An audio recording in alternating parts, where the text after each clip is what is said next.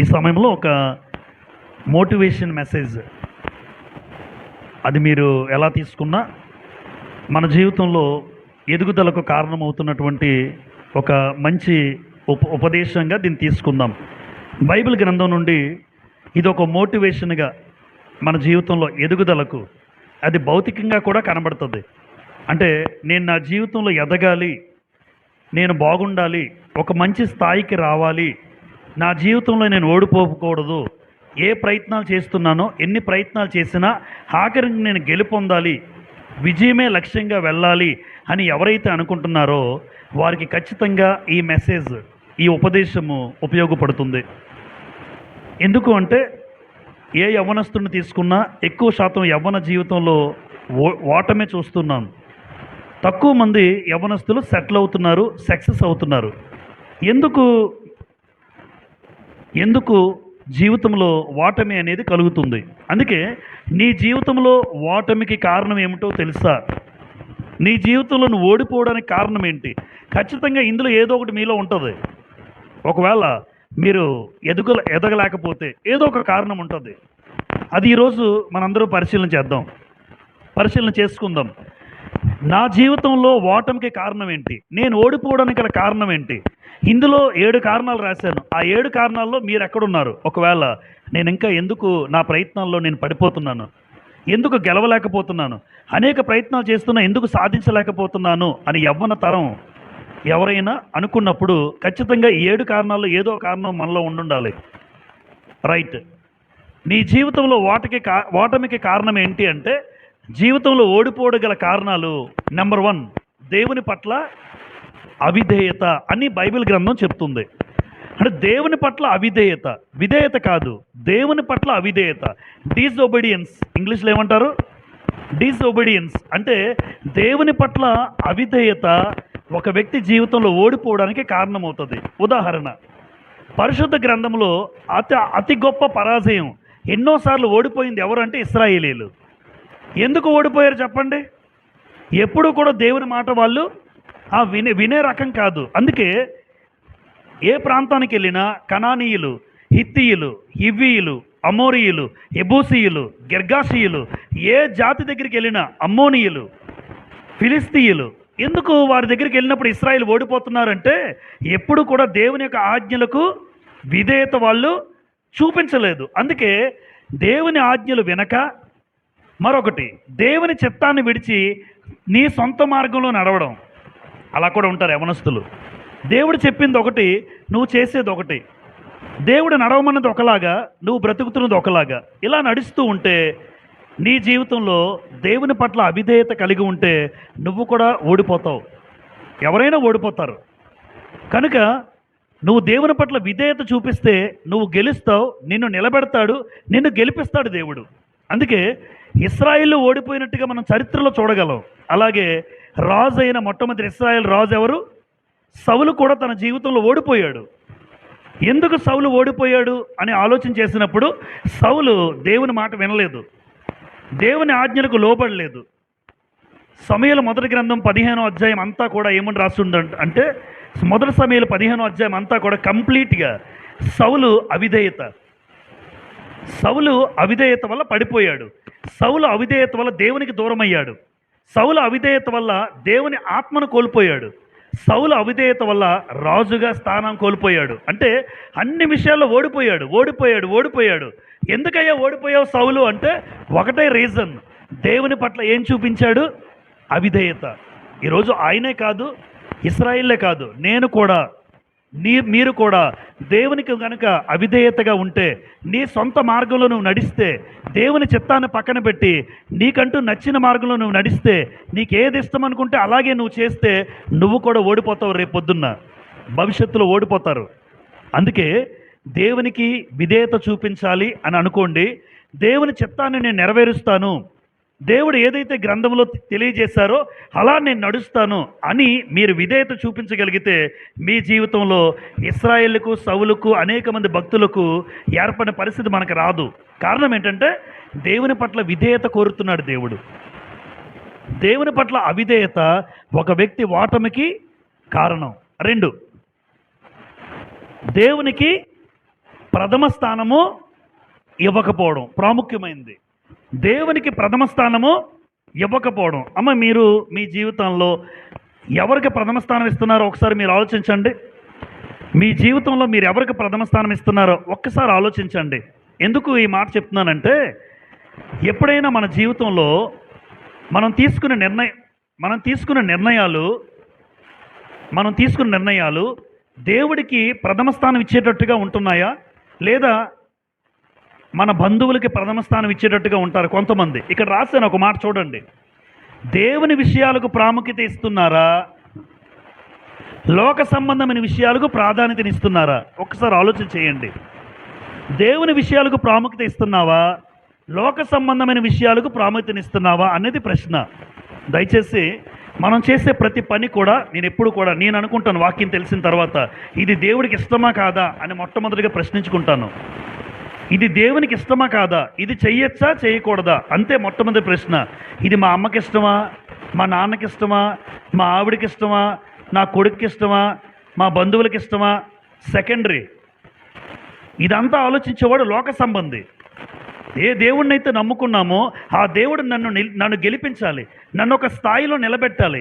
ఆ స్థాయిని నేను పొందుకోవడానికి, నా జీవితంలో ఓడిపోకుండా ఉండడానికి ఒకటే కారణం, నేను దేవునికి ప్రథమ స్థానం ఇవ్వాలి.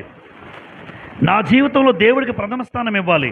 అలా దేవునికి ప్రథమ స్థానం ఇచ్చిన ఎవ్వరూ కూడా ఓడిపోలేదు గ్రంథంలో, చరిత్రలో. దేవునికి స్థానం ఇవ్వకపోతే ఓడిపోతావు. ఈరోజు ఆరాధనకి రాకుండా ఫంక్షన్కి వెళ్ళిన వాళ్ళు ఎంతమంది ఉంటారు? మరలా మా జీవితంలో ఏంటండి, ప్రార్థన చేస్తున్నాం కానీ సెటిల్మెంట్లు లేవంటున్నారు ఒక ఆయన. ప్రార్థన చేస్తున్నాం కానీ మా జీవితంలో మాకు ఏది జరగట్లేదు అంటారు. ప్రార్థన చేస్తున్నాం కానీ ఏమీ జరగట్లేదు, ప్రార్థన చేస్తున్నాం కానీ ఏమీ సాధించలేకపోతున్నాం. ఎందుకు సాధించలేకపోతున్నావు అంటే, నువ్వు ఆరాధనకి ఎప్పుడు వచ్చావు, ఫంక్షన్కి వెళ్ళావు. ఈరోజు నువ్వు ప్రథమ స్థానం ఎవరికి ఇచ్చావు? నీ జీవితంలో మనుషులకి ఇచ్చావు, దేవుడికి ఇవ్వలే. అమ్మ, ఆలోచించండి. ఎప్పుడైనా నేను ఓడిపోతున్నాను, అరే నా బిడ్డలు కూడా ఎందుకు ఓడిపోతున్నారు, ఎందుకు వారి జీవితంలో చేస్తున్న ప్రతి ప్రయత్నంలో ఎందుకు ఓడిపోతున్నారంటే, దేవునికి ఇవ్వాల్సిన స్థానం ఆయనకి ఇవ్వట్లేదు. ఒక్కసారి ఇచ్చి చూడండి, ఒక్కసారి దేవునికి ఇచ్చి చూడండి. నీ జీవితంలో దేవుడు ఆయనకి ప్రథమ స్థానం ఇస్తే, అమ్మ, ఆయన కూడా నన్ను ఎక్కడ నిలబెడతాడో తెలుసా? ప్రథముడుగానే నిలబెడతాడు. ఆయన తలగానే ఉంచుతాడు తప్ప తోకగా ఉంచడు. ఎప్పుడు ఆయన మాటలకు విలువిస్తే, దేవునికి ప్రథమ స్థానం ఇస్తే. అయితే బైబిల్ గ్రంథంలో అపోస్తలుల్లో 4 అపోస్తలు మీకు తెలుసు, అందరూ తెలుసు. అపోస్తలుల్లో 4 ప్రాముఖ్యంగా పేతురు, ఆంద్రేయ, యాకోబు, యోహాను. వీళ్ళు నలుగురు కూడా జాలర్లు. అయితే నలుగురు కూడా చేపలు పట్టే వృత్తి కలిగిన వాళ్ళు.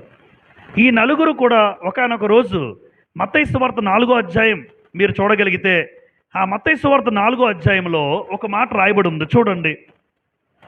మత్తయి సువార్త 4వ అధ్యాయం 18 నుండి మీరు చూడగలిగితే, పేతురు యేసు గలిలయ సముద్ర తీరమున నడుచుచుండగా, పేతురు అనబడిన సీమోను, అతని సహోదరుడైన ఆంద్రేయ అను 2 సహోదరులు సముద్రములో వలవేయట చూచెను. వారు జాలరులు. ఆయన, నా వెంబడి రండి, నేను మిమ్మల్ని మనుషుల్లో పట్టు జాలరులుగా చేతునని వారితో చెప్పెను. వెంటనే వారు తమ వలలు విడిచిపెట్టి ఆయనను వెంబడించిరి. ఆ తర్వాత అక్కడి నుండి వెళ్ళి జెబెదయి కుమారుని యాకోబు, అతని సహోదరుడైన యోహాను అను మరి 2 సహోదరులు తమ తండ్రి అయిన జెబెదయి యొద్ద దోణిలో తమ వలలు బాగు చేసుకుని చుండగా చూచి వారిని పిలిచెను. వెంటనే వారు తమ దోణిను తమ తండ్రిని విడిచిపెట్టి ఆయనను, కుటుంబాలను విడిచిపెట్టి ఎవరిని వెంబడించారు? యేసును వెంబడించారు. అమ్మ, చూసారా? అంటే ప్రథమ స్థానం ఎవరికి ఇచ్చారు? కుటుంబాలకు ఇవ్వలే, తల్లిదండ్రులకు ఇవ్వలే. ప్రథమ స్థానం యేసు పిలిచాడు. అక్కడ ఆల్రెడీ బాగు చేసుకుంటున్నారు చేపల వల్ల, అన్నీ విడిచిపెట్టి యేసుని వెంబడించారు. అంటే దేవునికి ప్రథమ స్థానం, ప్రభువుకి ప్రథమ స్థానం ఇచ్చారు. ఇప్పుడు దేవుడు వారిని ఎలా నిలబెట్టాడు? 12 మంది అపోస్తలుల్లో మొట్టమొదటి వాడు ఎవరు?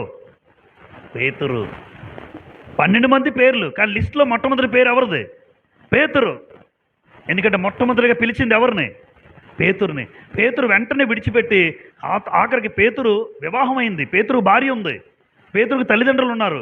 కానీ యేసు ప్రభు పిలిచిన వెంటనే అన్నీ విడిచిపెట్టి వచ్చేసాడండి. మరి ఎందుకు ఇవ్వడు స్థానం? నా కోసం నువ్వు చేస్తే నీ కోసం నేను చెయ్యనా అంటాడు దేవుడు. మనం ఏం చేయగలుగుతున్నాం అంటే దేవునికి ప్రథమ స్థానం ఇవ్వం. అందుకే చాలామంది చెప్తున్నాను, ఆరాధన మానేస్తారు సింపుల్గా. మరలా అది మీ జీవితంలో దేవుడు ఏం చేయట్లేదండి. ఎందుకు చేస్తాడు? నువ్వెప్పుడు వచ్చావు దేవుడికి స్థానం ఇచ్చావు? నువ్వెప్పుడు దేవునికి ప్రథమ స్థానం ఇచ్చావు నీ జీవితంలో ఏమైనా కార్యాలు చేయడానికి? నువ్వే కోల్పోయావు. అలా గ్రహించరు. ఒక రోజు రాకపోతే ఏమైందండి అంటారు. రెండు వారాలు రాకపోతే ఏమైందండి అంటారు. నువ్వు దేవుడికి ప్రథమ స్థానం ఇచ్చి చూడు, నీ జీవితంలో ఆయన నిన్ను ప్రథముడుగానే నిలబెడతాడు. ఆయన నీ జీవితంలో గెలిచేటట్టుగా నిలబెడతాడు. ఎందుకు?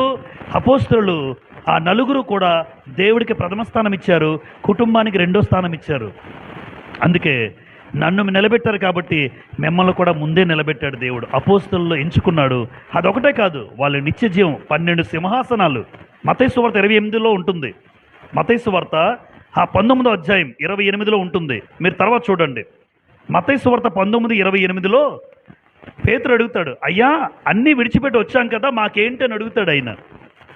మీకు మీ కుటుంబాలను విడిచిపెట్టి నా దగ్గరకు వచ్చారు కదా, ఇగో నిత్య జీవం మీకు ఉంటుంది, పైగా 12 సింహాసనాలు వేసుకుని కూర్చుంటారట పరలోకంలో. అంటే అంత గొప్ప ఆధిక్యత దేవుడు ఎందుకు ఇచ్చాడమ్మా చెప్పండి? దేవునికి వాళ్ళు ఏం చేశారు? అంతే. అందుకే నా జీవితంలో, మన జీవితంలో దేవుడికి నేనేమి ఇవ్వాలి ఎప్పుడు కూడా మీరు తీర్మానం చేసుకుని, యవ్వనస్తులారా, యవ్వన బిడ్డలు, దేవునికి ప్రథమ స్థానం ఇవ్వండి. ఖచ్చితంగా మిమ్మల్ని కూడా దేవుడు ప్రథమ స్థానంలోనే నిలబెడతాడు. నెంబర్ 3, పాపము మరియు ప్రలోభాలు. పాపము మరియు ప్రలోభాలు, సిన్ అండ్ టెంప్టేషన్ ఇంగ్లీష్లో రాశాను. సిన్ అంటే పాపము, టెంప్టేషన్ అంటే ప్రలోభాలు. అమ్మ, ప్రలోభాలు అన్న మాటకు అర్థం ఏంటంటే ప్రేరేపించబడ్డం. ఇప్పుడు పాపము మరియు ప్రేరేపించబడ్డం. నీ జీవితంలో చేసే తప్పులు ఉంటాయి. చాలామంది తప్పులు చేస్తారు, చాలామంది పాపాలు చేస్తారు. దేవుని నుండి దూరం చేసే చెడు ఆలోచనలు మనిషిని పతనం వైపు నడిపిస్తాయి. ఈ 3 చూడండి. 3 చెప్పాను. నేను చేసే తప్పులు, నేను చేసే పాపాలు, నాకు వచ్చే చెడు ఆలోచనలు ఒక వ్యక్తిని దేవుని నుండి దూరం చేసి ఆ మనిషిని పతనం వైపు నడిపిస్తాయి. మా పతనము అంటే ఓడిపోవడం, పతనము అంటే పడిపోవడం, ఓడిపోవడం. అంటే ఒక మనిషి పడిపోవడానికి, పతనం అవ్వడానికి, ఓడిపోవడానికి గల కారణం ఆ వ్యక్తి చేసే పొరపాట్లు, ఆ వ్యక్తి చేసే తప్పులు, ఆ వ్యక్తి చేసే పాపాలు, ఆ వ్యక్తి కలిగే చెడు ఆలోచనలు ఆ వ్యక్తి దేవుని నుండి దూరం చేస్తాయి. ఆదాము అవ్వ ఏదైనా తోటలో ఒంటరిగా ఉన్నారు. ఒంటరిగా ఉన్న స్థితిలో ఈ పాపము చేయడానికి ప్రలోభ పెట్టింది ఎవరు అంటే అపవాది. అవ్వ దగ్గరికి వచ్చాడు. పండు ఎందుకు తినకూడదు ఈ పండు ఎవరు చెప్పారంటే దేవుడు చెప్పాడు. అంటే దేవుడు చెప్పిన మాటకు కూడా చూడండి, అపవాది చెప్పిన మాటకు విలువిచ్చారు. ఆ పండు తినద్దన్నాడు, కానీ పాపము చేసి ప్రలోభించబడి, ప్రలోభము అంటే ప్రేరేపించబడ్డారు. ఎవరి చేత ప్రేరేపించబడ్డారు? అవ్వ. ఆ సర్పము అన్నాడు. సర్పము అవ్వను మోసపరిచింది. అంటే అపవాది సర్పరూపములో హవ్వను మోసపరిస్తే హవ్వ ఆదాముకు ఆ పండు తినబెట్టింది. అంటే మనిషి చేసే తప్పు, మనిషి చేసే పాపము ఆ వ్యక్తిని ఖచ్చితంగా దేవుడి నుండి దూరం చేస్తుంది. ఖచ్చితంగా ఆ వ్యక్తి ఓడిపోతాడు. ఇప్పుడు ఆదాము అవ్వ ఏదైనా తోటలో ఏమయ్యారు తెలుసా? ఓడిపోయారు. ఓడిపోయి వెళ్ళగొట్టబడ్డారు. ఆ వనంలోంచి, ఆ తోటలోంచి వెళ్ళగొట్టబడ్డారు. ఎందుకు పతనమైపోయాడు ఆదాము? ఎందుకు దిగజారిపోయాడు? ఎందుకు ఆదాము జీవితం, అవ్వ జీవితం అంత భయంకరమైన స్థితిలోకి వెళ్ళిపోయిందంటే కారణం ఒకటే, వాళ్ళు పాపము మరియు ప్రేరేపించబడ్డారు. దేవుడు చెప్పినా కూడా ఆ దేవుడు చెప్పిన మాట వినకుండా వాళ్ళు చేసిన తప్పు, వాళ్ళు చేసిన పాపం, వాళ్ళు చేసిన ఆలోచన, పండు తిందాం అన్న ఆలోచన, ఆ చెడు ఆలోచన దేవుని నుండి దూరం చేసింది. ఆ వ్యక్తులిద్దరిని కూడా పతనానికి నడిపించింది. ఈరోజు యవనస్తులు కానీ, నేను కానీ, మీరు కానీ, నువ్వు చేసే పాపం, మీకున్నటువంటి స్నేహితులు, తప్పేముందంటాడు వాడు. తల్లిదండ్రుల దగ్గర మోసం చేయమంటాడు, వింటున్నారా? తల్లిదండ్రులకు చెప్పొద్దు అంటాడు. ఒకడొచ్చి అంటాడు, ఒక అమ్మాయి వచ్చి అంటుంది, ఒక అబ్బాయి వచ్చి అంటాడు, అమ్మా నాన్నలకు చెప్పకండి, మీరు చెప్పకండి, రేపొద్దున్న మీ పతనానికి అదే కారణం. కని పెంచి పెద్ద చేసి చదివించి అన్ని వసతులు కల్పించి ఇంత అద్భుతమైన స్థితిలో ఉంచితే వాళ్ళకి చెప్పొద్దంటే ఇడు చెప్పడీడు, చెప్పొద్దంటే చెప్పదు ఆమె. అంత ఆ స్థితి రావడానికి కారణం నువ్వు చేసే తప్పులు, నువ్వు చేసే పాపం, నీకు వచ్చిన చెడు అలవాట్లు, చెడు ఆలోచనలు ఖచ్చితంగా నువ్వు ఓడిపోవడానికి కారణమవుతుంది. అందుకే సక్సెస్ అవ్వరు. వాళ్ళు అవమానించబడతారు, వాళ్ళు పతనం అవుతారు, వాళ్ళు తలదించుకుంటారు. ఒక గౌరవప్రదమైన స్థాయిలో వాళ్ళు ఉండరు. ఎందుకు అంటే ఖచ్చితంగా పాపము చేసి ఒక వ్యక్తి, మీ స్నేహితులు భవిష్యత్తులో ఉంటారు, కాలేజీలకు వెళ్తారు. అక్కడ ఉన్నటువంటి స్నేహితులు కానీ ఎవరైనా సరే మిమ్మల్ని ప్రేరేపించి పాపం చేయడానికి, పాపపు ఆలోచనలు, చెడు ఆలోచనలు కానీ, చెడు తలంపులు కానీ, తప్పు చేద్దాం, తెలియకుండా ఎక్కడికైనా వెళ్దాం, ఇక్కడికి వెళ్దాం, రహస్యంగా చేద్దాం, ఇటువంటివి ఎవరు చెప్పినా మీరు వాటికి అంగీకరించకండి. ఎందుకంటే నువ్వు ఓడిపోతావు, గ్యారంటీ. ఈరోజు నేను చెప్తున్నాను, నువ్వు ఓడిపోతావు, భవిష్యత్తులో తలదించుకుంటావు, అవమానించబడతావు, అందరూ చూసి నిన్ను నవ్వుతారు. ఇవి జరుగుతాయి. ఎవరైతే పాపం రహస్యంగా చేసి, తప్పులు చేసి, పాపాలు చేసి మీకు దేవుడు ఉన్నతమైన స్థాయి ఇవ్వడు.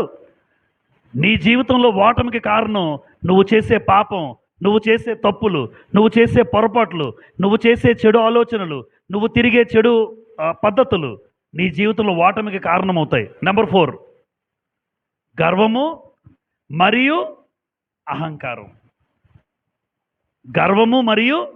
అహంకారం. చాలామందికి గర్వం ఎందుకు వస్తుంది, అహంకారం ఎందుకు వస్తుంది అంటే వారి జీవితంలో సెటిల్ అయ్యాడు అనుకోండి, అమ్మ పట్టుకోలేము.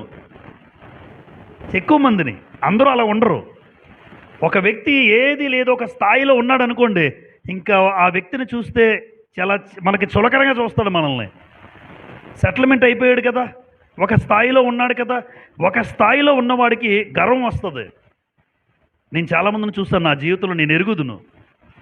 బైబిల్ గ్రంథంలో కూడా ఉజ్జియా అన్నవాడు కూడా ఎప్పుడు వచ్చింది గర్వం తెలుసా?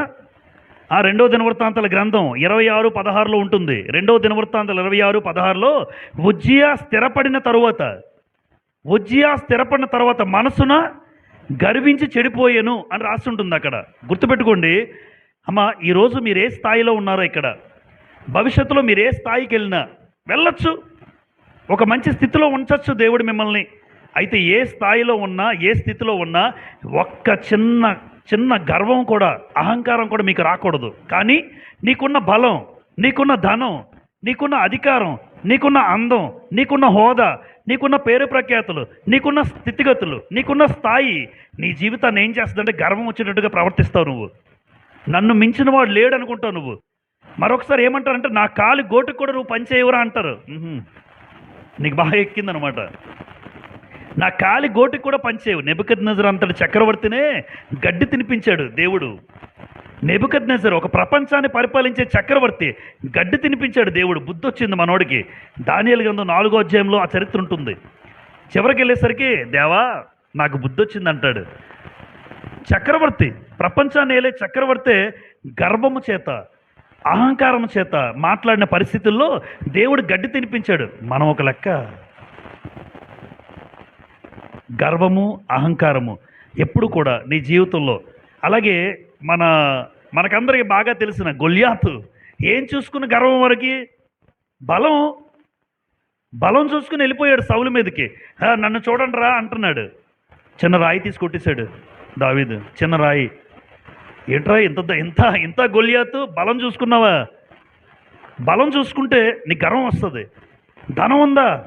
ధనం ఉన్నా గర్వం వస్తుంది. అందంగా ఉన్న గర్వం వస్తుంది. చెప్పరు కానీ చాలామంది ఉంటారు అందంగా ఉన్న గర్వం.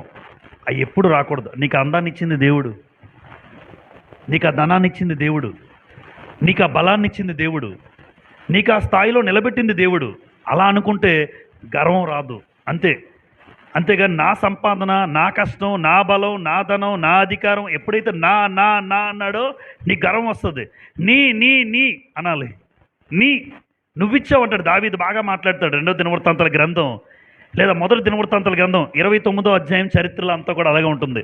1వ దినవృత్తాంతాలు 29వ అధ్యాయం అంతా దావీదు అద్భుతంగా మాట్లాడతాడు, ప్రార్థన చేస్తాడు. నీవిచ్చిన గొప్పతనం, నీవిచ్చిన బలం, నీవిచ్చిన పరాక్రమం, నీవిచ్చిన దానం, ఇవన్నీ దానాలు. అంటే ఎప్పుడు మన జీవితంలో దేన్ని బట్టి గర్వించినా నీకు పతనమే. ఇగో వీటిని బట్టి గర్విస్తే నీకు పతనమే. కాబట్టి యవ్వన జీవితంలో అయినా ఎవరైనా ఎప్పుడైనా భవిష్యత్తులో మీరే స్థాయిలో ఉన్నా, ఇందులో మీకేమున్నా, ఎంత మంచి పేరు ప్రఖ్యాతులు వచ్చినా గర్వం ఎప్పుడు రాకూడదు. అందరితో కలిసిపోయి ఒకరిలో ఉండాలి. కొంతమంది సేవకులు చూడండి, సేవకులు గౌరవించడం మంచిదే, ప్లేట్ ఇవ్వకపోతే ఇలా చూస్తున్నాడు ఆయన. సేవకుడు తెచ్చుకోవడం కూడా ఇష్టపడలేదు ఈ మధ్య, అలా అలవాటు చేస్తారు కొంతమంది. సేవకుడు తెచ్చుకోవడం తప్పేముంది, అది చూస్తున్నాడు, ఏంటంటే వెళ్ళలేదంటే తెస్తారండి. తెచ్చి ఇవ్వడం మంచిదే, అంటే తెచ్చి సేవకుని గౌరవించడం తప్పు అంటలేదు నేను. ఒకవేళ ఏమీ లేని స్థితిలో అక్కడే ఉండిపోతారు కానీ వెళ్ళట్లేదు ప్లేట్కి. ఆ లైన్ కడతారండి, నువ్వు లైన్ కట్టవా? అలాంటి సేవకులు చాలామంది ఎరుగుతున్నావు. అంటే సేవకుడు తప్పు అంటలేదు నేను. సేవకుడిగా నీకు ప్లేట్ తెచ్చి గౌరవించడం, విశ్వాసిగా చేసే పని మంచిదే, చెయ్యండి, తప్పు లేదు. కానీ తెస్తారులే, ఎందుకు తేరు అని ఒక సేవకుడిగా నువ్వు గర్వం ఉంటే నీ పతనానికి అది కారణం. తగ్గించుకొని వెళ్ళలేడు నామోసి, నేను సేవకుడిని అయితే. విశ్వాసులు గౌరవిస్తారు, గౌరవించే స్థాయిలో నువ్వు ఉండాలి, అది తేగలరు. కానీ అవకాశం వచ్చినప్పుడు నువ్వు సేవకుడిగా ఉండి అటువంటి పరిస్థితి నువ్వు చూపిస్తూ ఉన్నావు అనుకోండి, అది నీ పతనానికి కారణమవుతుంది. సేవకుడా, నువ్వే స్థాయిలో ఉన్నా. సామెతల గ్రంథం 16:18 గుర్తుందా? కంటత వాక్యం యవనస్తులకి సండే స్కూల్లో ఇవి చెల్లి. సామెతలు 16:18, నాశనమునకు ముందు గర్వము నడుచును, పడిపోవుటకు ముందు అహంకారమైన మనస్సు. ఎప్పుడు మైండ్లో ప్రింట్ అవ్వాలి సండే స్కూల్ నుంచి. నాశనానికి ముందు ఏముంటుందమ్మా? గర్వం. పడిపోవడానికి ముందు అహంకారమైన మనస్సు. ఎవరికైతే గర్వం ఉంటుందో రెడీ అనమాట వీడు. ఎవరికైతే అహంకారమైన మనస్సు ఉంటుందో వాడు పడిపోతాడు. దేవుడు చెప్పాడు, నాశనానికి ముందు గర్వం ఉంటుంది. ఏ వ్యక్తి అయితే నాశనం అవుతున్నాడో వాడి ముందు ఎలా ప్రవర్తిస్తాడు? గర్వంగా ప్రవర్తిస్తాడు. అందుకే ఎప్పుడైనా నువ్వు గర్వంగా ప్రవర్తిస్తే జాగ్రత్త, నెక్స్ట్ నువ్వు నాశనానికి రెడీ అవుతున్నావు అని అర్థం. ఎవరి మీదైనా అహంకారంగా నువ్వు మాట్లాడితే జాగ్రత్త, అహంకారమైన మనసు ఉంటే నువ్వు పడిపోతావు అన్నాడు దేవుడు. గ్యారంటీ జరుగుతాయి. కాబట్టి నీ జీవితంలో ఓటమికి కారణం కొన్ని సందర్భాలలో నాకున్న గర్వం అయి ఉండొచ్చు, నాకున్న అహంకారం అయి ఉండొచ్చు. అది నా జీవితంలో నేను పొందుకున్న స్థాయిని బట్టి వచ్చేస్తుంది. కానీ వచ్చినా సరే ఏ స్థాయిలో ఉన్నా ఆ గర్వము అహంకారం అనేది రాకుండా అందరితో కూడా ఒకరిలా ప్రవర్తించడమే గొప్పతనం. అది చాలా తక్కువ మందిలో ఉంటుంది. నెంబర్ 5, నమ్మకం లేకపోవడం. నమ్మకం లేకపోవడం అంటే దాన్ని ఏమంటాం? సందేహించడం. ఒక వ్యక్తిని నమ్మట్లేదంటే అనుమానిస్తున్నాం అనమాట, సందేహిస్తున్నాం. అంటే నమ్మకం లేకపోవడం ఎవరి మీద? దేవుడి మీద. అమ్మ, నీ జీవితంలో ఓటమికి కారణం ఏంటంటే నీకు దేవుని మీద నమ్మకం లేకపోవడం. దేవుడు ఏం చేస్తాడు అని ఎదురు చూడకుండా దేవుడు ఏం చేస్తాడు, ఏమీ చేయట్లేదని కొంతమంది నమ్మకాన్ని వదిలిపెట్టేస్తారు. ల్యాక్ ఆఫ్ ఫెయిత్ అన్నాం చూడండి. ల్యాక్ ఆఫ్ ఫెయిత్ అంటే దేవుని పట్ల విశ్వాసాన్ని, నమ్మకాన్ని విడిచిపెట్టేస్తారు. కానీ మీకు బైబిల్ గ్రంథంలో అబ్రహాం గారి గురించి ఒక మాట చదివిస్తాను చూడండి. రోమీలకు రాసిన పత్రిక 4వ అధ్యాయంలో అబ్రహాం గారికి దేవుడు వాగ్దానం చేశాడు. ఎప్పుడు? 75 సంవత్సరాల్లో వాగ్దానం చేశాడు, నీకు కొడుకునిస్తాను. ఎప్పుడు పుట్టాడు ఈయన? 100వ సంవత్సరంలో పుట్టాడు. అంటే అబ్రహాం గారికి దేవుడు ఏం చేశాడమ్మా? వాగ్దానం చేశాడు. అయితే ఆ వాగ్దానం గురించి అబ్రహాము ఎన్ని సంవత్సరాలు నమ్ముతాడు? మనమైతే 1, 2, 3, 4 ఉంటాం. 25 సంవత్సరాలు ఏమీ మాట్లాడలేదు. దేవుడు ఇస్తానన్నాడు అంతే. ఎప్పుడు ఇస్తారో చెప్పలే. రోమపత్రిక 4వ అధ్యాయం 20 చూడండి. అవిశ్వాసము వలన దేవుని వాగ్దానమును గూర్చి సందేహింపక. ఎవరు సందేహించలేదు? అబ్రహాము గారు. మీకు పై వచనాల్లో కనబడుతుంది. దేవుణ్ణి మహిమపరిచి ఆయన వాగ్దానము చేసిన దానిని నెరవేర్చుటకు సమర్థుడని రూఢిగా విశ్వసించి విశ్వాసం వల్ల బలము నొందెను. అంటే వాగ్దానము చేసిన వాడు నెరవేరుస్తాడు, వాగ్దానం చేసిన దేవుడు సమర్థుడు అని బాగా నమ్మాడండి. 25 సంవత్సరాలు ఉన్నా ఒకటే చెప్తాడు, దేవుడు వాగ్దానం చేశాడు, ఇస్తాడు. మనమైతే ఈరోజు రాత్రి ప్రార్థన చేస్తే ఉదయానికి నీకు జరిగిపోవాలి. లేదా ఒకరోజు దేవుడికి సమయం ఇస్తారు మనోళ్ళు. ఏం చేస్తావో తెలీదు, రేపటికల్లా అయిపోవాలి. అయిపోద్ది. మరి గొప్ప ప్రార్థన పరుడు నువ్వు.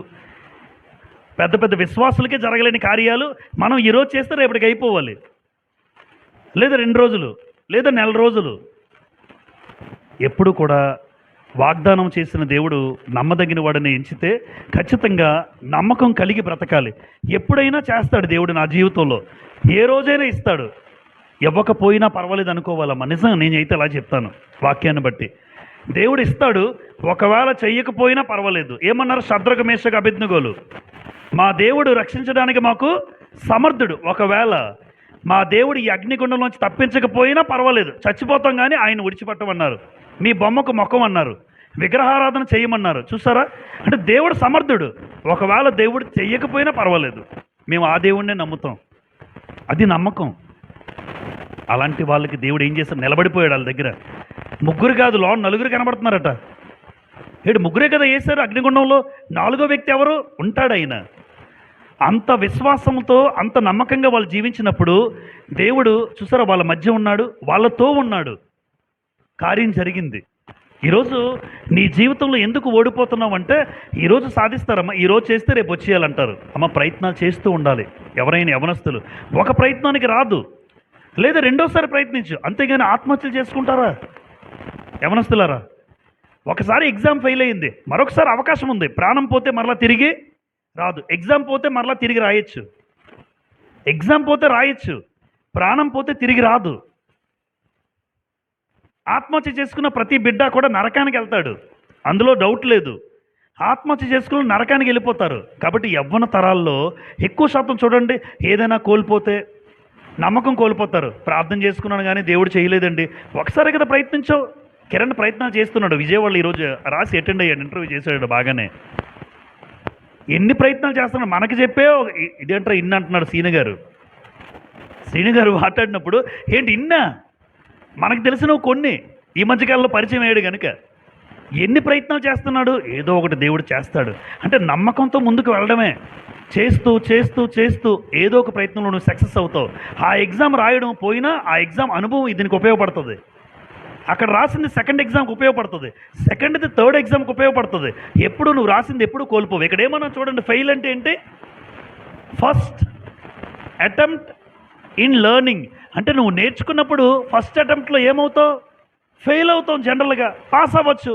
అంటే ఫెయిల్ అంటే first attempt in learning, first attempt in learning. అంతేగాని సక్సెస్ వస్తుంది, కానీ ఫెయిల్యూర్ వచ్చినంత మాత్రం నువ్వు ఓడిపోయినట్టు కాదు. నీవు చేతకాని వాడివి కాదు, నువ్వేం ఏం చేయలేని వాడివి కాదు. కొంతమంది తల్లిదండ్రులు కూడా ఏమంటారు తెలుసా? ఎందుకురా అని చూడరా. అలా అనకండి ప్లీజ్ తల్లిదండ్రులారా. ఈ మెసేజ్ ఎవరు వింటున్నా, మీ కొడుకుని కానీ మీ కూతుర్ని కానీ ఎవరిని చిన్న చూపుగా మాట్లాడకండి. వాళ్ళ స్థాయిని బట్టి వాళ్ళు ప్రయత్నం చేశారని చెప్పండి, చాలా ఆనందంగా ఫీల్ అవుతారు. అరేనా నువ్వు బాగా ప్రయత్నం చేస్తావు, అయితే ఒకటి ఇంకొంచెం ప్రయత్నం చేయాల్సిందిరా, ఇలా బాగుందిరా, ఆడిని చూడరా, ఆ అమ్మాయిని చూడు. అలాంటి ఆడికి ఒక భావం వచ్చి నా జీవితం వేస్ట్, నేను ఇంక సాధించలేను అని ఇంక చదవడు. ఏదైనా పనిలో పెట్టానన్న చూడండి ఎలా అయిపోయిందో, నేను ఇంక సాధించలేను. ఎందుకంటే నువ్వు పక్క వాళ్ళతో పోల్చావు కదా. అలా కాకుండా పక్కోడికి ఎక్కువ వచ్చాయమ్మా. నేను ఇలా అంటాను ఒక టీచర్గా, పక్కోడికి ఎక్కువ వచ్చాయి, అదే క్లాసులో ఉన్నోడు తక్కువ వచ్చాయి. ఇద్దరిని పిలుస్తాను ముందుకు ఎగ్జామ్ పెట్టిన తర్వాత. అరే నువ్వేంటి రాయలేకపోయావు అని అడుగుతాను. నువ్వు బాగా ప్రయత్నం చేసావు నాన్న, అయితే వాడు ఇంకా బాగా ప్రయత్నం చేశాడు, ఇంకొంచెం నువ్వు ప్రయత్నం చేస్తే ఆడిదో ఈక్వల్ అయిపోతావు. అవునా సార్ అంటాడు ఆడు. అవును. అంతేగాని ఆయన చూడరా, ఎందుకురా ఈ మార్కులు 20 మార్కులు, ఆడికి 80 వచ్చాయి. ఒక టీచర్లో 2 రకాల క్వాలిటీస్ ఉంటాయి. ఇలాగా అనేవాళ్ళు ఉంటారు కొంతమంది, అందుకే చదువు మానేస్తారు. నువ్వు ప్రయత్నం చేస్తావు, 20 మార్కులు తెచ్చుకున్నావు, ఇంకొంచెం ప్రయత్నం చేస్తే ఆడిని సాధించడం పెద్ద కష్టమేం కాదు, నువ్వు చేయగలవరా అంటే ఆడు ఒక రకమైన బూస్టింగ్ ఉంటుంది. అలా టీచరు ఒక వ్యక్తిని మోటివేషన్గా పిల్లవాడిని మాట్లాడాలి తప్ప, ఏం పనికిరాని వాడివి, చేతకాని వాడివి, నీ జీవితం వృధారా, నువ్వు ఎందుకు పని చేయవురా అని పిల్లల్ని అంటే ఆడు ఏం చేస్తాడు చెప్పండి పిల్లల్ని? ఇంకా రకరకాలుగా. అవును బ్రదర్. కాబట్టి దేవుని పట్ల ఎప్పుడు నమ్మకాన్ని కోల్పోకండి. ఒక ప్రయత్నం చేసిన తర్వాత కాదు, మీరు ప్రయత్నాలు చేస్తూ ఉండండి. ఏదో ఒక రోజున కిరణ్ సక్సెస్ అవుతాడు, ఏదో ఒక రోజున కిరణ్ సక్సెస్ అవుతాడు, ఒక మంచి స్థాయిలో దేవుడు నిలబెడతాడు. చూస్తాం మనం ఖచ్చితంగా. తను చేస్తున్న ప్రయత్నాల్లో దేవుని విడిచిపెట్టకుండా నమ్మకంగా ప్రార్థన చేసుకుంటూ ఒకవేళ తన జీవితంలో కొనసాగితే ఖచ్చితంగా సక్సెస్ అవుతాడు. ఈ ప్రయత్నం కాకపోతే ఇంకోటి. మనం కూడా అలాగే చెప్పాలి పిల్లలకి. అమ్మ ఒక ఎగ్జామ్ పోతే మరొకసారి రాస్తాం, అంతేగాని ప్రాణం తీసుకుంటే తల్లిదండ్రులకు ఎంత క్షోభ, ఎంత వేదన, ఇంట్లోంచి వెళ్ళిపోతే ఎంత వేదన. ఏం సాధించగలవు? నువ్వు ఓడిపోతావు ఎక్కడికి వెళ్ళినా. కాబట్టి దేవుని పట్ల ఎప్పుడూ నమ్మకాన్ని కోల్పోకండి.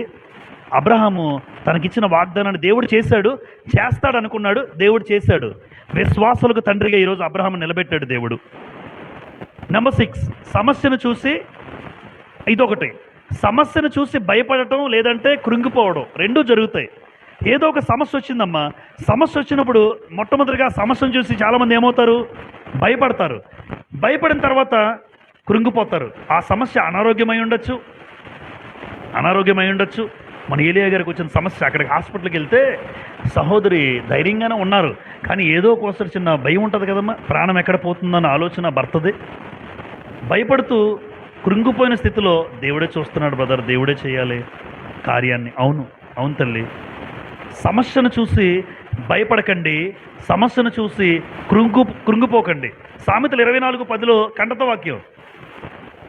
సామెతల గ్రంథం 24వ అధ్యాయం 10వ వచనం. శ్రమ దినమున నీవు కృంగిని ఎడల నీవు చేతకాని వాడవు అన్నాడు. అంటే శ్రమ వస్తుంది, శ్రమ వచ్చినప్పుడు నువ్వేమవ్వకూడదు? కృంగిపోకూడదు. శ్రమ వచ్చినప్పుడు నువ్వు నీ జీవితంలో కృంగిపోకూడదు, భయపడకూడదు. సమస్యను పరిష్కరించే మార్గం దేవుడి దగ్గర ఉంది. మనకి సమస్య పెద్దది కావచ్చు. చాలాసార్లు నేను ఇలా చెప్తాను, సమస్య నాకు పెద్దదే కానీ నీ దేవుడికి పెద్దది కాదు. అది గుర్తుంచుకోవాలి. సమస్య నాకు పెద్దదే, ఈ అనారోగ్య స్థితి నాకు పెద్దదే, నేను తట్టుకోలేకపోతున్నాను, నేను భరించలేకపోతున్నాను, కానీ నీ దేవుడికి చాలా చిన్నది. సమస్య నీ దేవుడికి చిన్నది. చూడండి, దావీదు గొల్యాతు దగ్గరికి వెళ్ళినప్పుడు మనుషులందరూ, అక్కడ ఒక మాట రాసి ఉంటుందమ్మా, మొదటి సమూయేలు గ్రంథం 17వ అధ్యాయంలో ఏమని రాసి ఉంటుందంటే, ఇశ్రాయేల్ అందరూ బహుభీతికెలిరి. భీతి అంటే భయం. ఆ గొల్యాతును చూసినప్పుడు అందరూ వణికిపోయారు. సౌలు కూడా పారిపోయాడు. బాబు ఎలా ఉన్నాడేంటి? సమస్య గొల్యాతు రూపంలో వచ్చింది అక్కడికి, కానీ చిన్న కుర్రోడు 17 సంవత్సరాల్లో వెళ్ళి సమస్యను పరిష్కరించాడు. ఎందుకు అంటే దావీదు కూడా ఆయన పెద్దోడుగా కనబడతాడు, అవునా కాదా? దావీదు కూడా పెద్దోడుగానే ఉంటాడు, ఇంకా చిన్నోడు. సమస్య పెద్దదే, కానీ ఒకటే అనుకున్నాడు, నా దేవుడికి నువ్వు చిన్నోడురా, నా దేవుడికి నువ్వు చిన్నోడివి, నా దేవుడి దగ్గర నువ్వెందుకు పనికిరావు? యుద్ధము యెహోవాదే, నేను కాదు, ఆయన చేస్తాడు నీతో యుద్ధం. అందుకే దావీదు తన జీవితంలో సక్సెస్ అయ్యాడు. మోషే ఎర్ర సముద్రం దగ్గరికి నిలబడిపోతుంటే వెనకాతల ఫరో సైన్యం వచ్చేస్తుంది, ఫరో రథాలు వచ్చేస్తున్నాయి. ఇశ్రాయేల్ అందరూ భయపడిపోయారు, మమ్మల్ని చంపడానికి తీసుకొచ్చావా, ఇగో ఈ నీటిలోని, లేదంటే ఫరో చేతిలో ఎక్కడైనా చనిపోతాం అంటున్నారు. అంటే మోషే, మీరేం మాట్లాడకండి, దేవుడు కార్యం చేస్తాడు, నిలబడి చూడండి అన్నాడు. అంతే, మీరు నిలబడండి, దేవుడు కార్యం చేస్తాడు. అంటే ధైర్యం ఏంటి? సమస్యను చూసి మోషే భయపడలేదు, సమస్యను చూసి ఇశ్రాయేల్ ఏమయ్యారు? భయపడ్డారు. సమస్యను చూసి సౌలు భయపడ్డాడు, సమస్యను చూసి ఇశ్రాయేల్ భయపడ్డారు, సమస్యను చూసి దావీదు భయపడలేదు. అంటే సమస్యను చూసి భయపడకపోతే నువ్వు గెలుస్తావు, నువ్వు ఓడిపోవు. నీ జీవితంలో కూడా అలా తీసుకోవాలి మనం. ఇప్పుడు నాకు సమస్య వచ్చిందండి, ఆ సమస్యను చూసి అమ్మో ఎలా తట్టుకోవడం అని భయపడుతూ కృంగిపోయి దేవునికి దూరం అయిపోయి మందిరం మానేసి ప్రార్థనలు మానేసి ఆ సమస్యను చూసుకుంటూ అయ్యో ఏంటి సంగతి, ఏం చెయ్యాలని కృంగిపోతూ కృషించిపోతూ నీరసించిపోతూ భయపడిపోతూ ఉంటే నేను ఓడిపోతాను, నేను చేతకాని వాడిని. అమ్మ, మనం ఎవరి కుమారులం? దేవుడు చేతకాని వాడు కాడు, ఆయనకు పుట్టిన పిల్లలు చేతకాని వాళ్ళు కాదు. మరి ఎందుకు నువ్వు చేతకాని వాడు అయిపోతున్నావు అంటే సమస్యను చూసి నువ్వు భయపడుతున్నావు, సమస్యను చూసి నువ్వు కృంగిపోతున్నావు. దయచేసి మీ జీవితంలో ఎప్పుడైనా, మీ జీవితంలో ఏ సమస్య వచ్చినా, అది ఎంత పెద్ద సమస్య అయినా నీ దేవుడికి చిన్నదని గుర్తుపెట్టుకో. సమస్యను చూసి దావీదు నిలబడ్డాడు, సమస్యను చూసి మోసే నిలబడ్డాడు, వారు గెలుపొందారు, దేవుడు గెలిపించాడు. కానీ అదే సమస్యను చూసి పేతురు ఏమయ్యాడు తెలుసమ్మా? భయపడ్డాడు. మత్తయి సువార్త 14వ అధ్యాయం చూడండి. పేతురు సముద్రం మీద నడాలని ఆశపడ్డాడు, ప్రభువు నడిచాడని ఆయన నడిచేద్దాం అనుకున్నాడు. అయితే దేవుడు నడిపిస్తాడని ప్రభువు చెప్పాడు. మత్తయి సువార్త 14వ అధ్యాయం 28, 29, 30. పేతురు, ప్రభువా నీవే అయితే నేళ్ల మీద నడిచి నీ యొద్దకు వచ్చుటకు నాకు సెలవిమ్మని ఆయనతో అని, అయ్యా నేను కూడా నడుస్తానన్నాడు పేతురు. సరే నడు. 29, ఆయన రమ్మనగానే పేతురు దోణి దిగి యేసునొద్దకు వెళ్ళుటకు నీళ్ల మీద నడిచెను, గాని గాలిని చూచి భయపడి మునిగిపోసాగి ప్రభువా నన్ను రక్షించమని కేకలేసేశాడు. అమ్మ, ఏం చూసి భయపడ్డాడు? గాలి. నేనేమంటానంటే గాలిని చూసి పేతురికి ఏమొచ్చింది? ఈరోజు ఒక అనారోగ్యం చూసి నువ్వు భయపడద్దు. జబ్బు వచ్చిన ఒక రోగం వచ్చిన వ్యక్తి భయపడుతూ ఉంటే సంవత్సరం ఉండాల్సిన వాడు ముందే చనిపోతాడు. ఏదైనా సరే భయపడుతూ వచ్చేసింది, నా జీవితం అయిపోయింది, ఇంతే అనుకోకుండా రావచ్చు రోగం నుంచి లేవనెత్తిన వాళ్ళు ఎంతమంది ఉన్నారో లేచిన వాళ్ళు తిరిగి. గాలిని చూసి భయపడ్డాడు పేతురు, అంటే సమస్యను చూసి భయపడిన పేతురు మునిగిపోయాడు. సమస్యను చూసి భయపడినటువంటి ఏలియా, ఏలియా ఎలాంటి వారు తెలుసా? ఏలియా అగ్నిని కురిపించిన ప్రవక్త. అస్సలు ఎవరి దగ్గర కూడా భయం ఉండదు ఏలియాకి. కానీ రాజుల మొదటి గ్రంథం 19వ అధ్యాయం 4వ వచనం మీరు తర్వాత చూడండి. మొదటి రాజులు 19:4లో ఏలియా ఆహాబు భార్య అయిన యెజబెలుకు భయపడ్డాడు. ఎక్కడ చంపేస్తుంది అనుకున్నాడు. ఇదేంటి ఎంత ధైర్యం ఏమైపోయింది ఏలియా? అసలు ఏలియా అంటేనే భయం లేనటువంటి ప్రవక్త, రోషం కలిగిన ప్రవక్త. ఇలాంటి ప్రవక్త తను ఎక్కడ చనిపోతాడని, ఎక్కడ చంపేస్తుందో యెజబెల్ అని భయపడ్డాడు ఒక రోజున. అంటే భయం ఒక మనిషిని ఏం చేస్తుందో చూడండి. ఇలా వెళ్తున్నాను ఒకరోజు, చిన్నప్పుడు నేను నాకు బాగా గుర్తు, 7వ తరగతి చదువుతున్నాను. ఎవరూ లేరు, చీకట్లో బయటికి వెళ్తున్న సమయంలో నీడ కనబడుతుంది. అప్పుడు ఎలా, అప్పుడు నిజం నాకు గుర్తుంది, ఏంట్రా ఇక్కడ ఏదో నడుస్తున్నట్టే, నువ్వు నడుస్తున్నావు, ఆ లైటింగ్ ఏమో నీడ పడుతుంది, కానీ నా వెనక ఎవరో వస్తున్నట్టు నాకు భయం. నీ భయమే నీకు శత్రువు లాంటిది. నువ్వు ఎంతగా భయపడతావు, ఏమీ లేదనుకోవట్లే, భయం ఉంది. ఎప్పటికీ భయం ఉందమ్మా, భయం ఉంటుంది. నీ భయమే నీ జీవితంలో నువ్వు కృంగిపోతావు, సాధించలేవన్నమాట. కాబట్టి మీరు ఏది చదువుతున్నా యవనస్తులు, మీరు ఏ స్థాయిలో ఉన్నా దేనికి భయపడకండి, మీరు సాధించగలరు, నేను చేయగలను. ఖచ్చితంగా మీరు కృంగిపోకండి. ఒక ప్రశ్న రాకపోతే ఏడుస్తూ ఉంటాం, ఒక ప్రశ్న రాకపోతే ప్రార్థన చేసుకొని చదవండి అంటాను. అందుకే నేను క్రైస్తవ బిడ్డలకి, మీరు ప్రార్థన చేసుకొని చదవండి అమ్మా. ఉదయాన్నే లేచిన వెంటనే ముందే తీసేస్తారు పుస్తకాలని, స్కూల్ పుస్తకాలు కాదు, ముందు బైబిల్ తెరవండి, ఒక 10 నిమిషాలు చదవండి, ఒక ప్రార్థన చేసుకోండి, మీ పుస్తకాలు తెరవండి. ఎగ్జామ్ అంటే అంత ఆసక్తి ఉంది బైబిల్, అందుకే అంటాను, నీకు బాగా చదవాలనుకుంటే ముందు బైబిల్ చదివి నీ పుస్తకాలు చదవండి, మీరు సక్సెస్ అవుతారు. ఒక మంచి స్థాయిలో దేవుడు నిలబెడతాడు. ఎందుకు? లేచిన వెంటనే స్థానం ఎవరికి ఇస్తున్నారు మీరు? ఎవరికి? ప్రార్థన. లేచిన వెంటనే దేవునికి, మాటలకి ఎవరైతే ఇస్తారో ఆ రోజంతా కూడా మీకు విజయమే. ఓటమి నుంచి దేవుడు తప్పిస్తాడు. ఇది బాగా నమ్ముతాను నేను. కాబట్టి సమస్యలు నిన్ను కృంగదీస్తాయి. నువ్వు చేతకాని వాడువు కాదు అని అనుకోవాలి ఎప్పుడు కూడా. నేను చేతకానుడు కాదు, ఎందుకంటే మా నాన్న చేతకానుడు కాడు. అలాగా నా పరమ తండ్రి, మనల్ని పుట్టించిన తండ్రి చేతకాని వాడు కాదు, ఆయన సమర్థుడు. మరి ఆయనకు పుట్టిన బిడ్డగా నేను సాధిస్తాను. అయితే సమస్య నన్ను కృంగదీస్తుంది, సమస్య నన్ను భయపెడుతుంది. భయపడద్దు. నెంబర్ 7, ఇంద్రియ నిగ్రహము లేకపోవడం ప్రాముఖ్యమైనది యవనస్తుల్లో. ఎక్కువ యవనస్తుల్లో ఇది ఉండదు. యవ్వన కాల జీవితంలో ఇంద్రియాలు ఏం చేసుకోరు, వీళ్ళు నిగ్రహించుకోరు. ఇప్పుడు కళ్ళున్నాయి, ఈ కళ్ళుతో సెల్ ఫోన్ చూసేస్తుంటారు, దుప్పట్లు కప్పుకొని చూసేస్తుంటారు, పడుకోరు. ఇప్పుడేమో యవనస్తులకి సెపరేట్ రూమ్స్ ఇచ్చేస్తారు తల్లిదండ్రులు. ఫ్రీడమ్ చూడండి రా అన్నట్టుగా ఉంది ఈరోజు కొంతమంది కుటుంబాల్లో. అంటే యవ్వనస్తులకు ఫ్రీడమ్ ఇచ్చారు. ఫ్రీడమ్ ఎంతవరకు ఉండాలంటే వాళ్ళు ఏం చేస్తున్నారో అన్న ఆలోచన ఉండాలి. ఫ్రీడమ్ ఇవ్వాలి, ఫ్రీడమ్ ఇస్తూ ఉండాలి, కానీ వాళ్ళ మీద ఒక ఆలోచన, వాళ్ళు ఏం చేస్తున్నారు, ఎక్కడికి వెళ్తున్నారు అన్న ఆలోచన ఉండాలి ఖచ్చితంగా. మీ అందరికీ బైబిల్ గ్రంథంలో షిప్పోరా తండ్రి పేరు ఏంటి? ఇత్రో తన 7 కూతుళ్ళు ఉన్నారు. 7 కూతుళ్ళు నిఘా పెడతాడు ఆయన. వీళ్ళు ఏం చేస్తున్నారు, ఎక్కడికి వెళ్తున్నారు, ఏ సమయానికి ఎక్కడికి వెళ్తున్నారు, ఏ సమయానికి తిరిగి వస్తున్నారు అని ఖచ్చితంగా చూడాలి. సామెతల గ్రంథం 31వ అధ్యాయంలో గుణవతైన భార్య గురించి మాట్లాడతాడు. సామెతల 31వ అధ్యాయంలో 26వ వచనం అనుకుంటున్నాను. గుణవతైన భార్య తన ఇంటి వారి నడతలు కనిపెడుతుందని రాస్తుంది అక్కడ. కనిపెట్టాలి. పర్వాలేదులండి నా పిల్లలు అనుకోవడానికి అవకాశం లేదు ఈ రోజున. వాళ్ళు ఏ సమయానికి ఎక్కడికి వెళ్ళాలి, ఏం చేయాలి, ఏం తింటున్నారు, ఎప్పుడు వస్తున్నారు, ఎప్పుడు పడుకుంటున్నారు, రాత్రి 8 గంటలకు ఏం చేస్తున్నారు అన్న ఆలోచన నీకు లేకపోతే వాళ్ళు ఓడిపోతారు, నువ్వు తండ్రిగా ఓడిపోతావు, తల్లిగా ఓడిపోతావు. ఖచ్చితంగా ఆలోచించాలి. ఫ్రీడమ్ ఇస్తాం, అమ్మా నువ్వు ఏదైనా చెయ్యి, నీ వెనక నేనున్నాను, నువ్వు సాధించడానికి నేనేనైనా చేస్తానని చెప్పండి. అంతేగాని అర్ధరాత్రి 1 గంటకు 2 గంటల వరకు టీవీలు చూస్తున్నా, సెల్ ఫోన్ చూస్తున్నా వదిలేకండి. అందుకే ఎక్కువ మంది ఇంద్రియాలు నిగ్రహించుకొనక జీవితంలో ఓడిపోతున్నారు అని రాశాను ఇక్కడ. ఎందుకంటే కళ్ళు నీ స్వాధీనంలో ఉండవు, చెవులు నీ స్వాధీనంలో ఉండవు, నోరు నీ స్వాధీనంలో ఉండదు. కోరికలు కూడా ఏం చేస్తాయి? యవన జీవితంలో కోరికలు ఎలా ఉంటాయి? భయంకరంగా ఉంటాయి. ఏది పడితే చేయాలనిపిస్తుంది, ఎక్కడికి పడితే అక్కడ వెళ్ళాలనిపిస్తుంది, ఎవరికి చెప్పకుండా వెళ్ళాలనిపిస్తుంది. ఈ మధ్యకాలంలో నాకు తెలిసిన టీచర్ కుటుంబం గురించి మీకు చెప్తాను. చిన్నది, మోదకొండమ్మ గుడి పాడేరు దగ్గర అక్కడ ఉందట. అక్కడ ఈ టీచర్ గారు కూడా నాతో పనిచేస్తున్న లేడీ టీచర్ ఒక ఆవిడ ఉన్నారు మా మండలంలో. బిడ్డను తీసుకెళ్లారు, గుడి దగ్గరికి వెళ్ళారు, కార్యక్రమాలు అయిపోయాయి.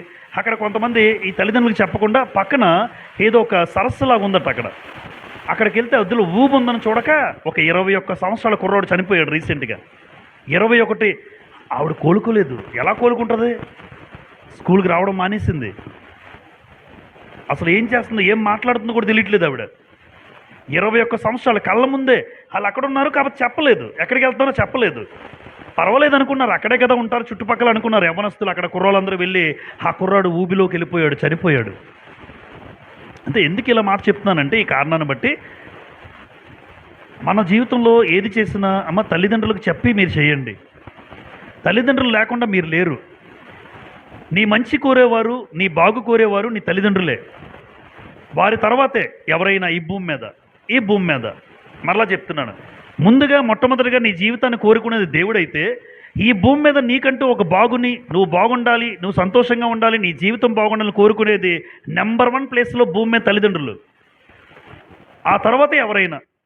కాబట్టి నీ కోరికలు, నీ జీవితంలో జరుగుతున్న తప్పుడు ఆలోచనలు, ఉద్దేశాలు, నీ ఏది జరిగినా తల్లిదండ్రులకు చెప్పే చేయండి.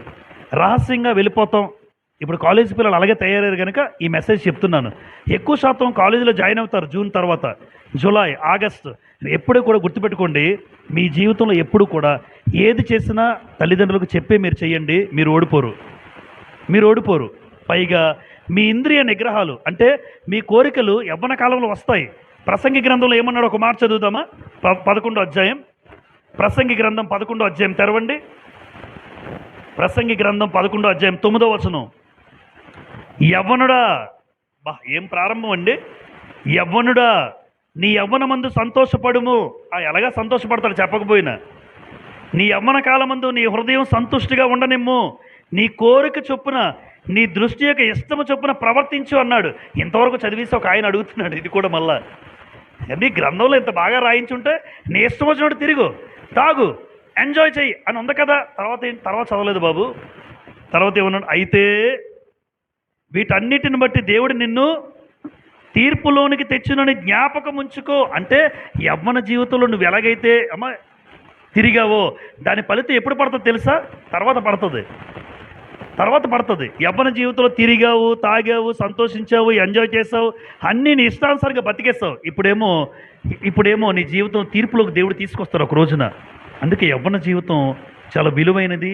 ఆ యవ్వన జీవితం దేవుడు కోరుకుంటాడు. అందుకే యవ్వన కాలంలోనే ఎవరైనా దేవుడికి ఏదైనా పని చేయగలరు, మీరైనా నేనైనా. ముసలైపోయిన తర్వాత అంత చేయలేను, ముసలైన తర్వాత ఎవరు చేయలేరు. యవ్వన జీవితం, యవ్వన కాలమున కాడిమోయట నరునికి మేలన్నాడు. కాబట్టి ఆలోచించండి యవ్వనస్తులారా, మీ కోరికలు అందరికీ కలుగుతాయి యవ్వన జీవితంలో. సంసోను ఏమయ్యాడు చెప్పండి? తన యవ్వన కాలంలో తనకున్న కోరికలు, ఆ ఇంద్రియాలు నిగ్రహించుకోలేక దెలీలా దగ్గరికి వెళ్ళాడు. ఆ లోయలోకి వెళ్ళిపోయాడు. షోరేకు లోయలో దెలీలా దగ్గరికి వెళ్ళి మోహించి ఆవిడతో తప్పు చేసి ఆఖరికి పీకల మీద తెచ్చుకున్నాడు. కళ్ళు పీకేశారు, రక్తసిక్తమైన దేహంతో గుడ్డోడుగా తన జీవితంలో భయంకరమైన స్థితిలోకి ఎందుకు వెళ్ళిపోయాడు? ఓడిపోయాడు. సంసోను ఓడిపోయాడు. ఎందుకు? సంసోను ఇంద్రియ నిగ్రహాలు లేకపోవడం వల్ల ఆ సమయంలో ఏ ఇంద్రియ నిగ్రహాలు అయితే కోల్పోయాడు. ఎవరిని చూస్తే అక్కడికి వెళ్తున్నాడు. తిమ్నాత్ వెళ్ళాడు, గాజా వెళ్ళాడు, షోరేకు లోయలోకి వచ్చేసాడు. ఏంటి, ఎక్కడికి వెళ్తే అక్కడ చూసేస్తారా? ఎక్కడికి వెళ్తే అక్కడ వాళ్ళతో తిరిగేస్తారా? ఎక్కడ పడితే వాళ్ళతో ఉంటారా? ఓడిపోతావు, తలదించుకుంటావు, సిగ్గుపడతావు. ఎందుకు? ఇంద్రియ నిగ్రహాలు చేసుకోకపోతే ఎవరిని పడితే అలా తిరిగేసి వచ్చేసి ఇలా చేయకూడదు. దేవుడు అంటున్నాడు, ఇంద్రియ నిగ్రహం లేకపోవడం వల్ల నీ జీవితంలో ఏమవుద్ది? ఓటమి. పౌలు గారు ఏమంటారు? 1 కొరింథీ 9:27 చూడండి. 1 కొరింథీ 9:27 రాసుకోండి మీరు. నా శరీరాన్ని నలగొట్టి నేను దానిని లోపరుచుకున్నాను అన్నాడు. అంటే పౌలు గారు నేను క్రీస్తుని పోలి నడుచుకున్న ప్రకారం ఎందుకన్నాడమ్మా? తనకు కోరికలు లేవా? పౌలు గారు కోరికలు లేవా? ఉన్నాయి. మనలాగే యేసు ప్రభుకి కోరికలు లేవా? ఉన్నాయి. ఆయన కూడా భూమి మీద నరరూపిగానే ఉన్నాడు. అయితే కోరికలు ఉన్నా సరే ఆ కోరికలను వాళ్ళు నియంత్రించుకున్నారు. ఈరోజు ఒక గౌరవప్రదమైన స్థాయిలో దేవుడు నిలబెట్టాడు పౌలు గారిని. ఒక గౌరవప్రదమైన స్థాయిలో, ఒక మంచి ఉన్నతమైన స్థాయిలో పౌలు గారిని నిలబెట్టాడు. గెలిచాడు పౌలు. సంసోన్ ఏమయ్యారు యవనస్తులారా? ఓడిపోయాడు. ఎందుకు? కోరుకున్నదంతా నెరవేర్చుకుందాం అనుకున్నాడు. తన కోరికలు తీర్చుకుందామనే తిరుగుతున్నాడు భూమి మీద. తన ఆశలు నెరవేర్చుకుందామని అనుకుంటున్నాడు. తప్పుడు ఉద్దేశాలు వచ్చినా ఇది తప్పు అనుకోలేదు. కాబట్టి మీరు ఏమనుకోవాలంటే ఇంద్రియ నిగ్రహము, అందుకే దాన్ని ఏమంటారంటే ఇంగ్లీష్లో టెంపరెన్స్ అంటారు, సెల్ఫ్ కంట్రోల్ అంటారు. Self control. ఆశా నిగ్రహము చదివారా మీరు? ఆత్మఫలము చివరిలో ఏంటి?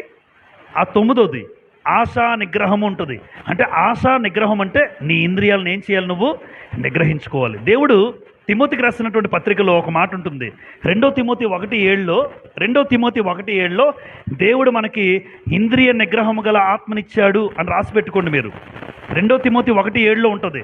దేవుడు మనకి పిరిగితనం గల ఆత్మను ఇవ్వలే, ఇంద్రియ నిగ్రహం గల ఆత్మనిచ్చాడు. అంటే పరిశుద్ధాత్మ నాలో ఉంటే ఆత్మకి ఏముంటుంది? ఇంద్రియాలు నిగ్రహించుకునే శక్తి ఉంటుంది.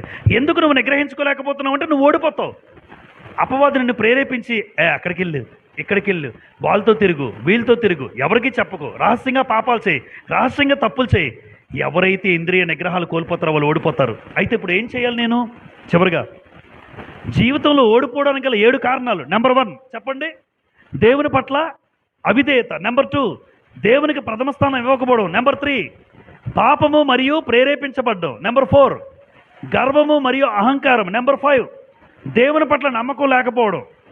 నెంబర్ 6 సమస్యను చూసి భయపడడం, కృంగిపోవడం. నెంబర్ 7 ఇంద్రియ నిగ్రహాలు, నా కోరికలు నేను అణుచుకోకపోవడం నేను ఓడిపోవడానికి కారణం. మరి ఇప్పుడు నేనేం చేయమంటారు తండ్రి? మనం ఏం చేయాలి? 42వ కీర్తన 5వ వచనం చివరిగా ఒక మాట. 42వ కీర్తన 2 మాటలు. 42వ కీర్తన 5వ వచనం అందరూ తెరవండి. ఇప్పుడు మనం ఏం చేయాలి? మరి నేను జీవితంలో ఓడిపోకుండా ఉండడానికి ఏం చేయాలి అంటే 2 పనులు చేయాలి. 5 నా ప్రాణమా నీవేళ కృంగి ఉన్నావు, నాలో నీవేళ తొందరపడుచున్నావు, దేవుని యందు నిరీక్షణ ఉంచుము. అండర్లైన్ చేయండి అమ్మ. దేవుని పట్ల ఏముంచాలి? దేవుని యందు నిరీక్షణ ఉంచుము. ఇది 1. తర్వాత ఆయనే నా రక్షణకర్త అనియు నా దేవుడనియు చెప్పుకొనుచు ఇంకను నేను ఆయనను స్తుతించాలి. 2 పనులు చేయాలి. ఇప్పుడు నా జీవితంలో ఓడిపోకుండా గెలవాలి అంటే నీ జీవితంలో ఏది జరిగినా ఎప్పుడు కూడా దేవుని పట్ల ఏముంచాలి? నిరీక్షణ. ఆయన నా కోసం ఉన్నాడు, దేవుడు చేస్తాడు, ఆయన చేయగలడు, ఆయన సమర్థుడు, ఖచ్చితంగా దేవుడు నాకు ఒక స్థితిని ఇస్తాడు అని నువ్వు నమ్ము. అది బలంగా నమ్ము. దేవుడు ఒక స్థాయిని నాకు ఇస్తాడు అని నువ్వు బలంగా నమ్మగలిగితే, ఆయన పట్ల నిరీక్షణ ఉంచితే, ఆ నిరీక్షణ ఉంచుతూ ఏం చేయాలి? 2వది స్తుతిస్తూ ఉండాలి, కొనియాడుతూ ఉండాలి, పాటలు పాడుతూ ఉండాలి. అలా దేవుని పట్ల నిరీక్షణ ఉంచి ఆ దేవుణ్ణి చూస్తూ 2 చేతులు చాచి నీవు తప్ప మరొక అవకాశం లేదు, నాకు మరో దిక్కు లేదని ఆయన వైపు చేతులు చాచి నువ్వు స్తుతిస్తూ ఉంటే నీ జీవితంలో దేవుడు నిన్ను నిలబెడతాడు, నిన్ను గెలిపిస్తాడు, నీ జీవితంలో ఒక ఉన్నతమైన స్థాయిలో నిన్ను ఉంచుతాడు. 11వ వచనం అక్కడే సేమ్ రాసుంటో చూస్తారు. అక్కడ 42:11 చూడండి. సేమ్ యాజ్ ఇట్ ఈజ్గా రాస్తాడు అక్కడ. నా ప్రాణమా నీవేళ కృంగి ఉన్నావు, నాలో నీవేళ తొందరపడుచున్నావు, దేవుని యందు నిరీక్షణ ఉంచుము, ఆయనే నా రక్షణకర్త, నా దేవుడు, ఇంకనూ నేను ఆయనను. సేమ్ 5వ వచనము 11వ వచనం సేమ్ టు సేమ్. ఎందుకు? దేవుని పట్ల నిరీక్షణ ఉంచండి, ఆయన వైపు చేతులు ఎత్తండి, ఆయన వైపు చూడండి, మనుషుల వైపు చూడకండి. ఆయన వైపు చేతులు ఎత్తుతూ నీవే నాకు శరణ్యమని, నీవే నాకు దిక్కని స్తుతించండి. దేవుడు నీ జీవితంలో ఓడిపోయిన స్థితిలోంచి పైకి లేవనెత్తుతాడు. 145వ కీర్తన చివరి వచనం. 145వ కీర్తన 14వ వచనం. 145:14 యెహోవా పడిపోవు వారిని అందరినీ ఉద్ధరించువాడు, కృంగిపోయిన వారిని అందరినీ లేవనెత్తువాడు. కృంగిన వారిని లేవనెత్తువాడు యెహోవాయే, దేవుడే. కాబట్టి నీ జీవితంలో ఓటమికి కారణం ఏంటో తెలుసా? ఇక్కడ ఒక మాట రాశాను చివరిలో. ఖచ్చితంగా దేవుడు నీకు విజయాన్ని నీ జీవితంలో ఇస్తాడు. అమ్మ, ఇక్కడ ఎవరైనా, మీరైనా నేనైనా, నా జీవితంలో విజయాన్ని దేవుడు ఇస్తాడు. నీ జీవితంలో నీ పరిస్థితి ఏంటో ఒక్కసారి చూడండి. ఓడిపోయావా అనుకుంటున్నావు? నువ్వు ఓడిపోయానని నా జీవితం అయిపోయింది అనుకుంటున్నావా? పడిపోయాను అనుకుంటున్నావా? ఏమైనా కోల్పోయాను, నా జీవితంలో ఇంకేమీ లేదని నువ్వు అనుకోకు. నీ జీవితంలో నిన్ను అద్భుతంగా నిలబెట్టేది ఆయన. విజయాన్ని ఇచ్చేది ఆయన, కృంగిన వారిని లేవనెత్తేది ఆయన. అయితే ఒకటి, ఆయన వైపు చూడు, ఆయన వైపు నిరీక్షణ ఉంచు, ఆయన వైపు స్తుతించు. ఇక్కడ ఒక మాట రాశాను ఇంగ్లీష్లో, failure is not the opposite of success, it is the part of success. Failure అనేది సక్సెస్కి ఆపోజిట్ అని లోకంలో చెప్తారు. నేను కూడా టీచర్గా సక్సెస్ ఆపోజిట్ ఏంట్రా అంటాను, ఫెయిల్యూర్ అంటాడు. కానీ క్రైస్తవుని జీవితంలో లేదా మానవ జీవితంలో నిజంగా ఆలోచిస్తే failure is not the opposite of success. Failure అనేది పార్ట్ ఆఫ్ సక్సెస్.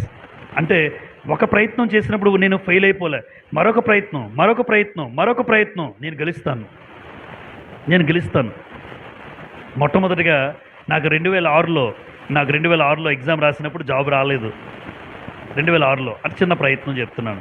2006 రాశాను, కానీ ఎటువంటి కోచింగ్లు నాకు లేవు. సొంతంగా ఇంటి దగ్గర చదువుకునే, ఎందుకంటే డబ్బులు పెట్టే పరిస్థితి మా తండ్రికి కానీ తల్లికి కానీ లేదు ఆ సమయంలో. ఏదైనా ఫ్రీగా, ఫ్రెండ్స్ అందరూ ట్యూషన్కి వెళ్ళారు, డబ్బులు కట్టుకునే వాళ్ళు ఉన్నారు స్నేహితులు, నాకు ఆ స్తోమత లేదు.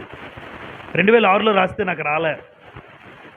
అప్పుడు చాలామంది, అరే నువ్వు టాలెంటెడ్ రా, ట్యూషన్ తీసుకుంటే నీకు ఖచ్చితంగా వచ్చేస్తుంది, వెళ్ళరా అంటే, డబ్బులు ఎక్కడున్నారా ట్యూషన్ తీసుకోవడానికి, ఆ స్తోమత నాకు లేదు. వచ్చిన రాపోయినా పర్వాలేదులే. 2008లో రాశాను, 2008లో నేను సెలెక్ట్ అయ్యాను. అది కూడా ట్యూషన్ లేదు, ఇంటి దగ్గరే చదువుకోవడమే పుస్తకాలు తీసుకుని. మనం ఏదో అనుకుంటాం కానీ మనం చేసే ప్రయత్నం, నాకు 2వ ప్రయత్నంలో జాబ్ వచ్చింది. అంటే ఉదాహరణకు కోసం మీకు చెప్తున్నాను. అప్పుడు నేనేమనుకోవాలి, 2006లో రాసిన ఫెయిల్ అయిపోయినరా, ఇంకెందుకురా బాబు ఇంక రాయను అనుకోలేదు. సెకండ్ అటెంప్ట్లో నాకు జాబ్ వచ్చింది. దేవుడు నిలబెట్టాడు. ఆ రోజునే దేవుడిని నమ్ముకోకపోయినా నాకు ఈ ఉద్యోగం ఇచ్చింది దేవుడే, నాకు ఈ స్థాయిలో నిలబెట్టింది దేవుడే, ఈ కొద్దిపాటైన గౌరవప్రదమైన స్థాయిలో నిలబెట్టింది దేవుడే. అంటే నా జీవితంలో ఓటమికి కారణం లేకుండా ఒక గెలుపొందిన స్థాయిలో ఉంచాడంటే ఖచ్చితంగా నేను ఆయన కోసం ఏదో చెయ్యాలి, ఆయన కోసం బ్రతకాలి. అలా నేర్చుకోవాలి గ్రంథాన్ని, అలా బతకాలి జీవితాన్ని. అందుకే మన జీవితంలో కూడా ఓడిపోవడానికి మీరు ఒకసారి ఇంటికి వెళ్ళి చూడండి, మెసేజ్ అప్లోడ్ చేసిన తర్వాత ఫ్రీగా స్లోగా చూసి నా జీవితంలో ఏమున్నాయి, నేను కూడా ఓడిపోవడానికి ఇందులో ఏదో కారణం ఉంటే నువ్వు ఓడిపోతావు, ఇది లేకుండా జాగ్రత్త పడండి. అలా మనం ఏం చేయాలో చెప్పాను. ఎప్పుడు కూడా ఈసారి కాకపోతే 2వ ప్రయత్నంలో గెలుస్తాను, 3వ ప్రయత్నంలో గెలుస్తాను, 4వ ప్రయత్నంలో గెలుస్తాను. ఆయన వైపు నిరీక్షించాను. దేవుడు ఏదో ఒక రోజున చేయక మానడు. అయితే నమ్మకాన్ని కోల్పోకుండా ఆయన వైపు చేతులెత్తి ఆయన స్తుతిస్తూ నిరీక్షిస్తూ ఆయన వైపు చూస్తే ఏదో ఒక రోజున నేను నిలబెట్టి గెలిపించేది, అనేకులకు గౌరవప్రదమైన స్థాయిలో నిలబెట్టేది మన దేవుడే. ఓపికతో మీ అందరికీ హృదయపూర్వక వందనాలు చెల్లిస్తూ ఈ మాటలు ముగిస్తూ ఉన్నాను.